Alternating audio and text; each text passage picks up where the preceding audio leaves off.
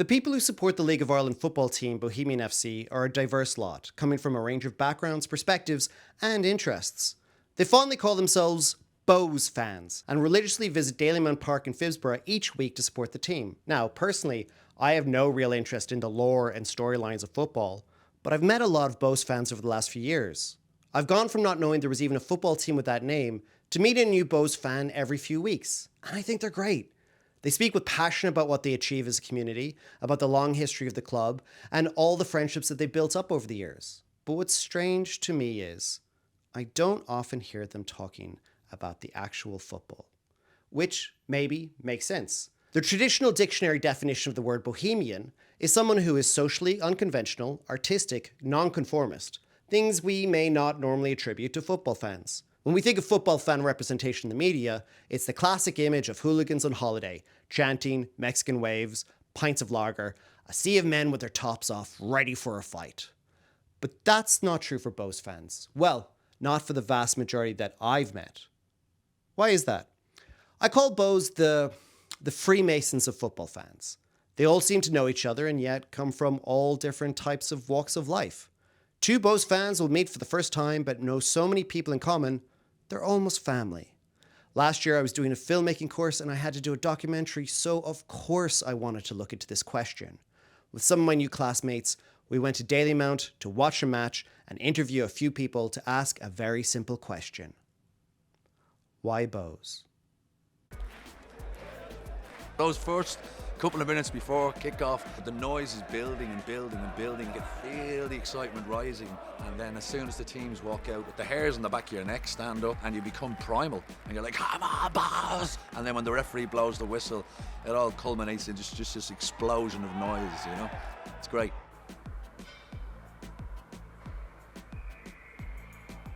I could be slightly hyperbolic and say, well, look, you know, the Bohemian Football Club is the greatest football team in the world, but I do mean that. It is a members-owned football team. It is inclusive, it is welcoming, and the football is great, but it's also just one part of 100 other things as well. The club is called the Bohemian Football Club. I think they wanted something a little bit different. I have never understood that passion around football. When I heard that we were supposed to go to the football match, well, I was like, no, I don't want to go. One of my colleagues said, you should go to a Bohs match. You have to go. I went to my first match last week, so I think I'm the most recent Bohs fan. My dad brought me down. I suppose it was always destined because my dad's uncles were members of Bohs. So it's been in the family, I suppose, for a long time. I was hooked from day one. I thought the older I get, the less it would mean to me. But if anything, it means more and more. When we arrived first at the bar, people were having fun and they were celebrating. What has caught my attention, the fact that people are against racism, they're welcoming refugees, plenty of different stuff that made me feel welcomed, included. I felt safe as well because the message that I was getting actually was not the message I was expecting to get. So I felt like I could belong here actually. I could be here all the time.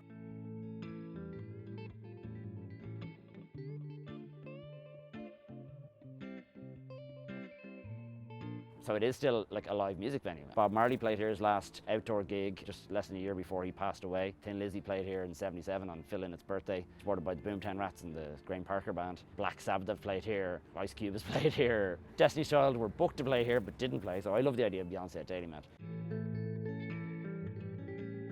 Halftime I was told, oh, there will be a rave in the pub, and I was like, they're possibly, making fun of me. I mean, there's no way that kind of thing would happen, And then we went to the bar, and then I was like, what is happening here? This is crazy. It's a party. It's Sunday evening. The halftime rave, which is, a relatively recent development, but it's great fun. And I mean, look, some people come to Dalymount and don't leave the bars. And they'll watch the match on the big screen, but they're just enjoying the atmosphere and the music and the kind of craziness that happens with that. So yeah, that's great fun. I really loved it. And I was like, I want to be here every Sunday from now on, or whatever day of the week it is, that they're playing the games.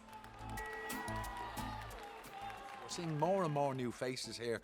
And I think that's testament to the club, to the fact that they are so inclusive and so open and encourage people from all walks of life, from all backgrounds, colour, race, religion, wherever you want. Everybody is welcome at Bohs, and I think people identify with that. There's so much that goes on, I actually forget that, oh yeah, those guys are doing that. From everything from, like, we have an amputee team, we have walking football, a charity appeal to get Christmas presents for children with direct vision. The strength of the club is its membership, it is the volunteers, the people who own the club, and it's their passions and their interests always end up finding a way to feeding into the club. And we play a bit of ball, and occasionally we win a few matches and we have a bit of fun as well. If anybody says, I don't know anything about Bohs and I don't know, I would say you're coming with me, we're going to the next match together and you'll just see for yourself, because I think you have to experience it. I felt welcomed. That's really the feeling.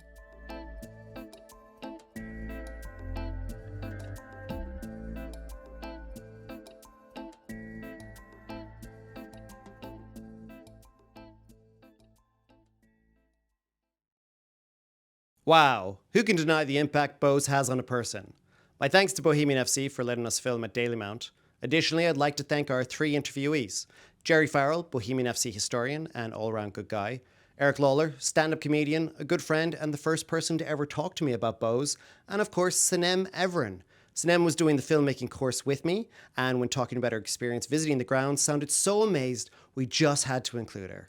Also the third person we were meant to interview called in sick. I sincerely appreciate Sanem allowing us to capture her enthusiasm on film. Additional thanks to Gabriel, Cian, Paul, Mbali and Abreu for all their help in filming and for friendship. I'll definitely go to more Bohs games in the future, to see some new friends, get a drink at the bar, or just to check out some of the many music and community events going on.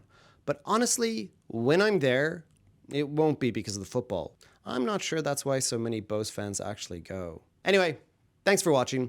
If you know someone who might like this video, send it to them. Or don't. Whatever.